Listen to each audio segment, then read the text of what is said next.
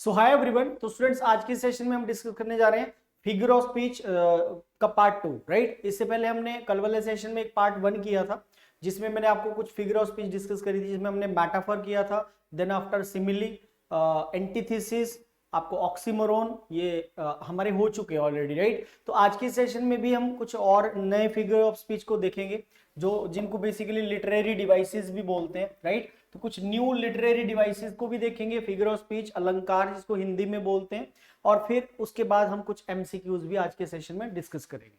तो सबसे पहला जो फिगर ऑफ स्पीच है, तो इसकी प्रोनाउंसिएशन क्या होती है? जैसे लाइक टू टीज हमने कल कर लिया था, कायाज्मस हमने कर लिया था, यूफेमिज्म हमारा हो चुका है। तो आज का जो फर्स्ट हमारा लिटरेरी डिवाइस है that is anaphora. Right, so it's anaphora. So what is anaphora? So when a word or a phrase is repeated at the beginning of a sentence or phrase, मतलब जब कोई भी word, कोई शब्द या कोई phrase, right, तो उसको रिपीट किया जाता है at the beginning of a sentence और फ्रेज, शुरुआत में, वाक्य के शुरुआत में जब कोई वर्ड, कोई शब्द रिपीट होता है या कोई फ्रेज रिपीट होती है, दैट इज कॉल्ड एनेफ्रा। तो आपको ये डिटेल में डेफिनेशन याद करने की जरूरत नहीं है, क्योंकि जब एमसीक्यूज टाइप आते हैं एग्जाम में, जब क्वेश्चन पूछता है तो वहां पे आपको ट्रिक पे जाना है बेसिकली, कि मेटाफर को कैसे मुझे आइडेंटिफाई करना है। Right, how I have to identify metaphor, simile, euphemism, oxymoron, antithesis, right, climax, anti climax, anaphora, litotes, chiasmus, इनको कैसे पहचान करेंगे? तो थोड़े छोटे छोटे पॉइंट्स हैं। राइट, अब इसका ट्रिक क्या बन गया भाई? बिगिनिंग में कुछ रिपीट होगा, या तो वर्ड रिपीट होगा या तो सेंटेंस या फ्रेज।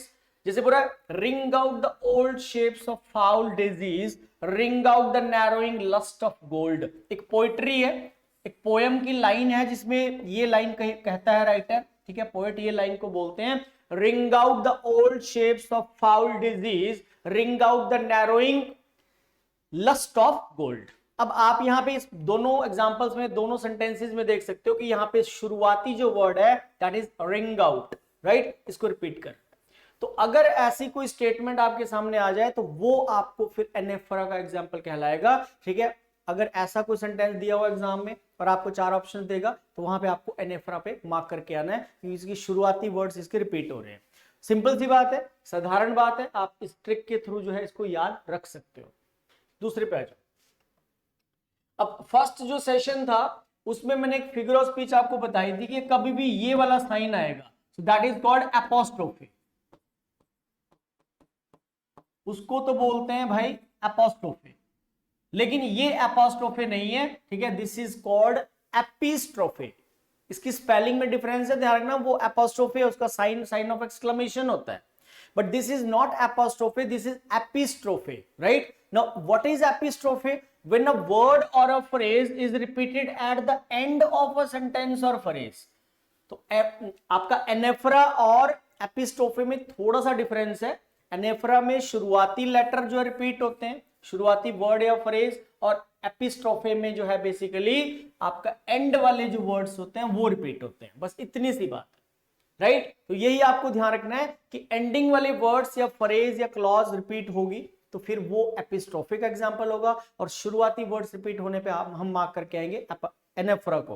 राइट, तो यहां पे बोल रहा है swimming is good for health. अब यहां स्विमिंग है, यहां चेंज मार दिया, यहां बोल रहा है walking is good for health.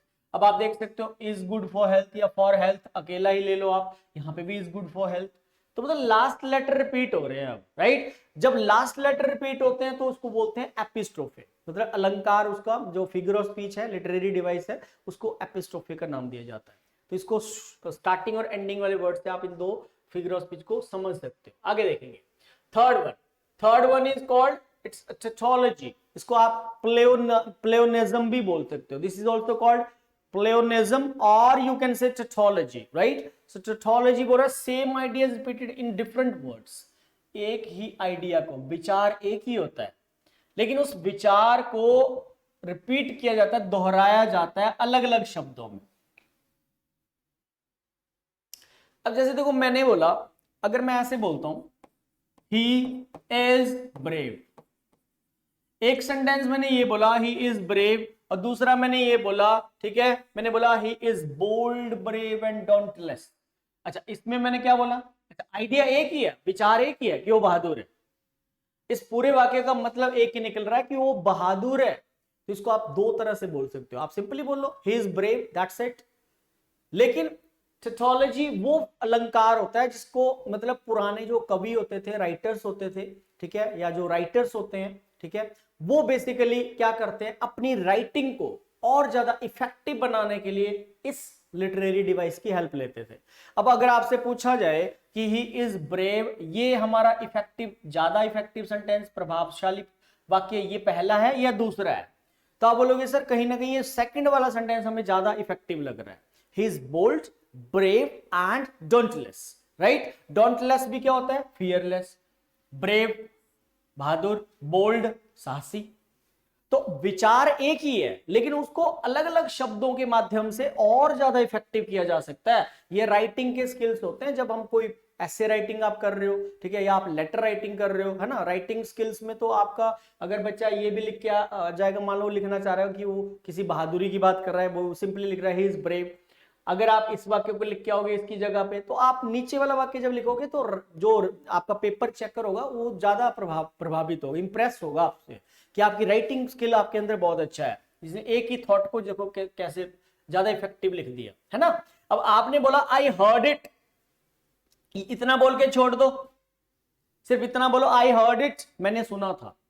आगे बोलो विद माई ओन ईयर्स, है ना, तो अंडरस्टूड है यार, कानों से ही सुनते हैं, मैं अपने कानों से ही सुनूंगा, आंखों से तो सुनूंगा नहीं, आंखों से तो हम देखते हैं।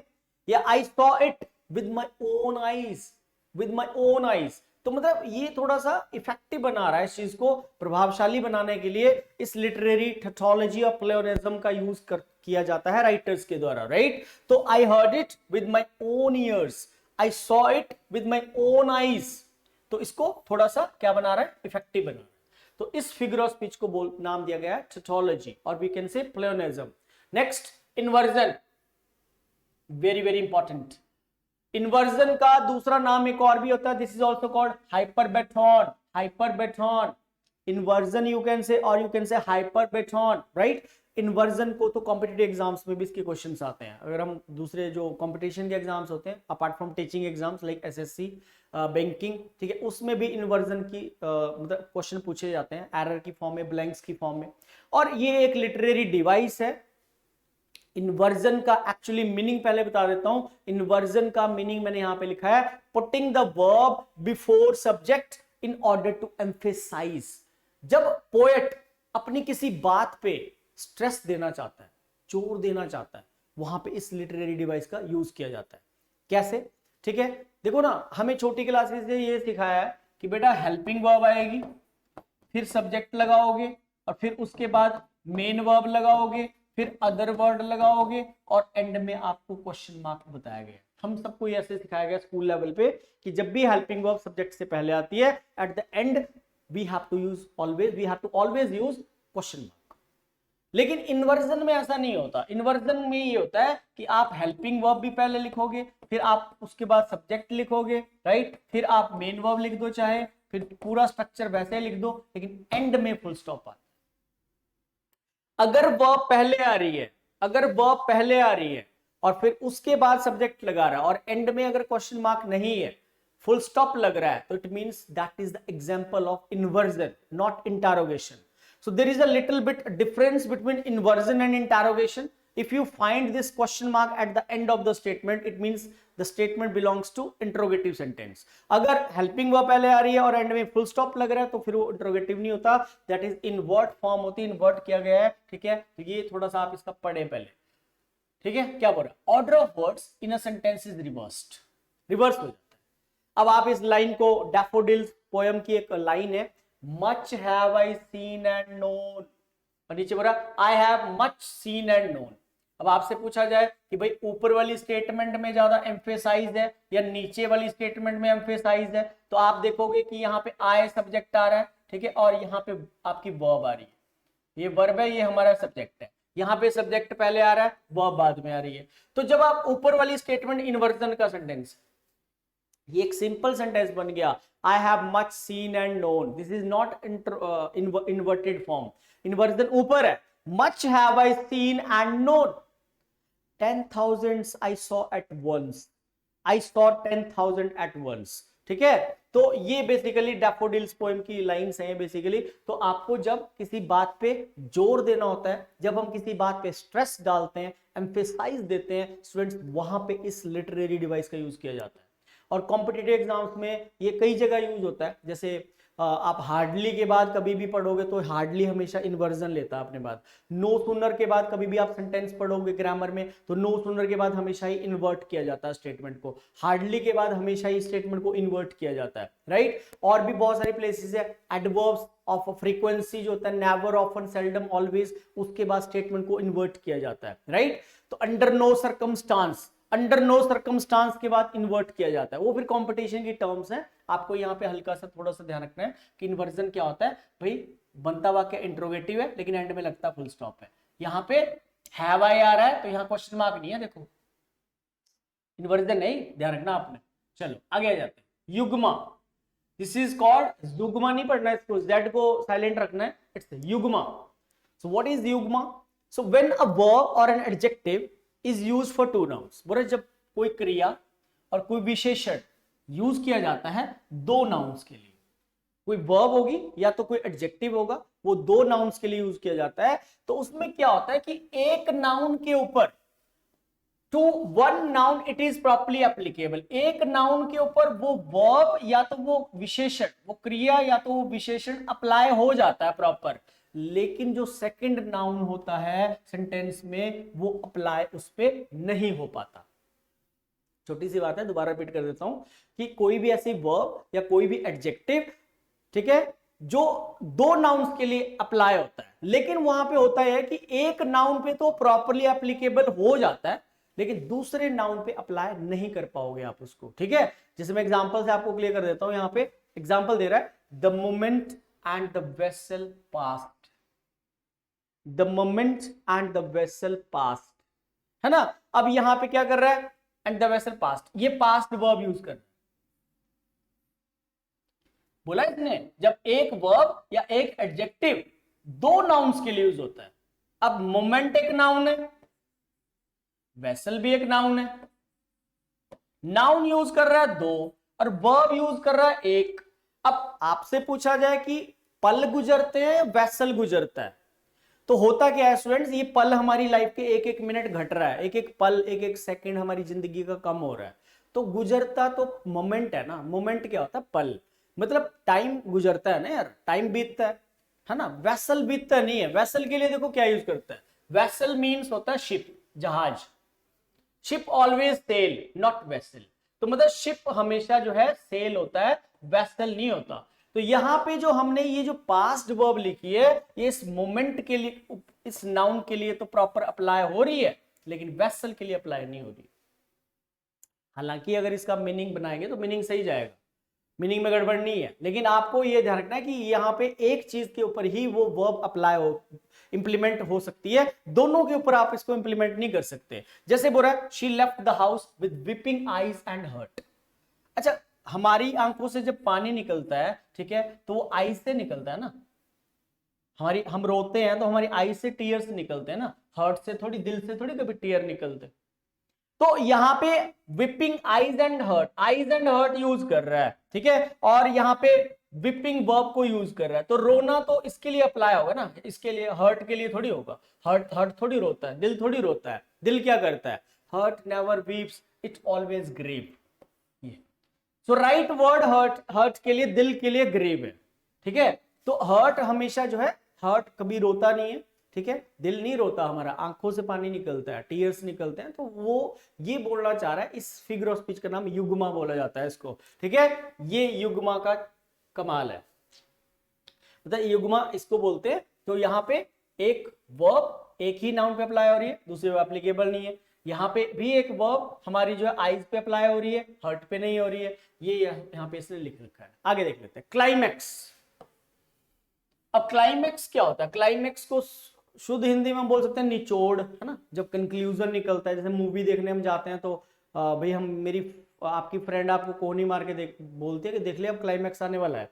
तो क्लाइमैक्स कब आता है, एंड में आता है मूवी के। तो क्लाइमैक्स होता है जब जो है आप थोड़ा देखो, जब मूवी स्टार्ट होती है धीरे धीरे आगे स्टोरी बनती है, कॉमेडी आती है मिडल में, फिर एंड में जाके क्लाइमेक्स निकलता है। So from low to high ascending order होता है इसमें, नीचे से ऊपर की तरफ असेंडिंग ऑर्डर, राइट। जब आप लो आइडिया से हाई आइडियाज की तरफ मूव करते हो, जैसे वो आया, उसने देखा और जीत गया और जीत लिया, ये असेंडिंग ऑर्डर है ये।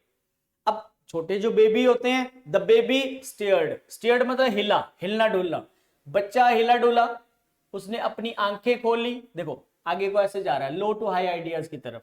बच्चा हिला डुला, पहले तो बेबी हिला डुला, फिर उसने अपनी आंखों को खोला, फिर उसने यहां वहां देखा, और जोर जोर से जब उसको कोई नहीं दिखा तो माँ माँ चिल्लाया। तो ये क्या है? This is the example of climax, this is the example of climax. धीरे धीरे चीजें आगे को जा रही है, असेंडिंग ऑर्डर में जा रही है, ठीक है। लो से हाई आइडियाज की तरफ जब हम मूव करते हैं, that particular figure of speech is called climax, right. अब इसका एक दूसरा भी होता है रूप, दैट इज एंटी क्लाइमेक्स और बैथोस, इसको बैथोस भी बोलते हैं। You can call it anti climax और you can call it bathos, right. अब ये डिसेंडिंग ऑर्डर में होता है, जब आप हाई से लो आइडियाज की तरफ आते, एंटी लग गया ना, क्लाइमेक्स का उल्टा हो गया ना ये, तो एंटी लग गया तो फिर ये उल्टा ऑपोजिट में जाएगा, ऑब्वियस है, right. So anti climax in the war, युद्ध में उसने अपनी वाइफ को खो दिया, उसने अपने बच्चों को खो दिया, उसने अपने घर को खो दिया, और देखो एंड में क्या लिख रहा है, एंड पेन ऑफ RS2। अच्छा, युद्ध में उसने सबसे जो महत्वपूर्ण थी उसकी घरवाली, उसको खो दिया, फिर उससे लेस इंपॉर्टेंट उसके बच्चे खो दिए, फिर उसने अपने घर को खो दिया, और देखो एंड में क्या हो रहा है, अब पेन और 2 रुपए का पेन भी खो दिया। तो होता यह है कि जो पुराने जो जितने भी कवि मतलब जो राइटर्स रहे हैं, ठीक है, लिटरेचर के अंदर, वो अपनी राइटिंग में जब ह्यूमर को लेके आना चाहते थे, ह्यूमर समझते हो ना, मजाक, ठीक है, ह्यूमर, सटायर, सटायर और ह्यूमर में थोड़ा फर्क होता है। ह्यूमर टिपिकली फन होता है, ठीक है, लेकिन जो सटायर होता है that is fun plus criticism. Satire में ये होता है कि सामने वाले बंदे ने आपकी बेइज्जती भी कर दी, मजाक भी हो गया, उसमें सार्काज्म भी होता है सटायर में, राइट। लेकिन फन, फन जो है ना, ह्यूमर होना चाहिए लाइफ में, बोलते लाइफ में थोड़ा ह्यूमर होना जरूरी है, पता है, कॉमेडी होना जरूरी है, थोड़ा फनी, फन होना लाइफ में बहुत जरूरी होता है, वो सिर्फ मजाक होता है, ठीक है। बट सटायर थोड़ा सा डिफरेंट होता है। सटायर में क्या होता है कि फन प्लस क्रिटिसिज्म दोनों आते हैं उसमें, राइट। तो ये आपने ध्यान रखना है। तो वो अपनी राइटिंग के अंदर देखो, आप हमें हंसी आ रही है इस बात को सुन पढ़ के कि भाई युद्ध में उसने अपनी वाइफ को खो दिया, बच्चों को खो दिया, घर को खो दिया, और 2 रुपए का पेन खो दिया। तो जब मैं स्टेटमेंट को रीड करूंगा तो मुझे कहीं ना कहीं मतलब हंसी आएगी, कॉमेडी सी लगेगी। 2 रुपए का पेन भी खो दिया, 2 ग्रेट अना whom 3 realms obey, dost sometimes take counsel and sometimes tea, ठीक है। ये भी मतलब पोएट्री की वर्डिंग है, ये है इसी का एंटी क्लाइमेक्स का ही एग्जांपल। अब हम थोड़ा आ जाते हैं, आपको याद होगा कल वाला जो हमारा सेशन हुआ था उसमें 10 तक मैंने कराए थे आपको, ठीक है। 10 MCQs हम कर चुके थे, 11 से आगे आप देख सकते हो, ठीक है। मैं थोड़ा थोड़ा टाइम दूंगा बीच में, ठीक है। तो she shall be supportive as the fawn, fawn मतलब हिरन का बच्चा। तो 4 ऑप्शन है स्टूडेंट्स, अपने अपने आंसर बताएंगे क्या होना चाहिए, कौन सी फिगर ऑफ स्पीच है इसमें, इस सेंटेंस में कौन सी फिगर ऑफ स्पीच का यूज किया गया है, she shall be supportive as the fawn. So what could be the right answer? कल भी आपको बताया था, ये सिमिली का उदाहरण है, मेटाफर है, हाइपरबोल है, एंटीथेसिस है। अब एंटीथेसिस आपको बता दिया था, 2 ऑपोजिट आइडियाज आएंगे, वो तो ऐसी तो बात नहीं हो रही, ये भी कटा। इसमें एक्सेजरेट करते हैं, बढ़ा चढ़ा के बोला जाता है बात को, वो भी नहीं हो रहा, ठीक है। और मेटाफर के अंदर आपको पता है कभी भी एज और लाइक नहीं आता है, मेटाफर के अंदर कभी भी हम एज और लाइक का यूज नहीं करते हैं, तो आंसर है सिमिली। राइट आंसर बनेगा 11th नंबर क्वेश्चन का, that is option number first, that is simile. Next 12th, direction same है सारे क्वेश्चन में। In the following statement which figure of speech is used? 3 years she grew in sun and shower, right. 3 years she grew in sun and shower। अब देखो यहां पे सन आ रहा है और यहां पे शावर, मतलब 2 ऑपोजिट चीजें आ रही हैं, सन भी आ रहा है, शावर भी आ रहा है, राइट। अगर यहाँ पे ऑक्सीमोरोन ऑप्शन में होता तब तो टिपिकली वही आंसर जाता। अब मेटाफर तो ये नहीं है, कंपैरिजन तो नहीं कर रहा, एलिट्रेशन में साउंड रेपिटेशन होता है, वो भी नहीं है, बढ़ा चढ़ा रहा है, नहीं, आंसर है डी। मतलब fourth is the right answer, antithesis. So antithesis could be the right answer over here, because antithesis में क्या होता है कि ठीक है, टू ऑपोजिट आइडियाज जब एक साथ आते हैं तो that is the example of antithesis.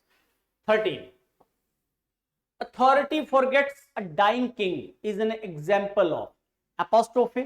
क्या सेंटेंस के एंड में वो साइन ऑफ एक्सक्लेमेशन आ रहा है? आप बोलोगे नहीं आ रहा है सर। हाइपरबोल है? नहीं है। कंपैरिजन है? नहीं है। पर्सोनिफिकेशन है। authority forgets a dying king is an example of personification। 14 देखेंगे,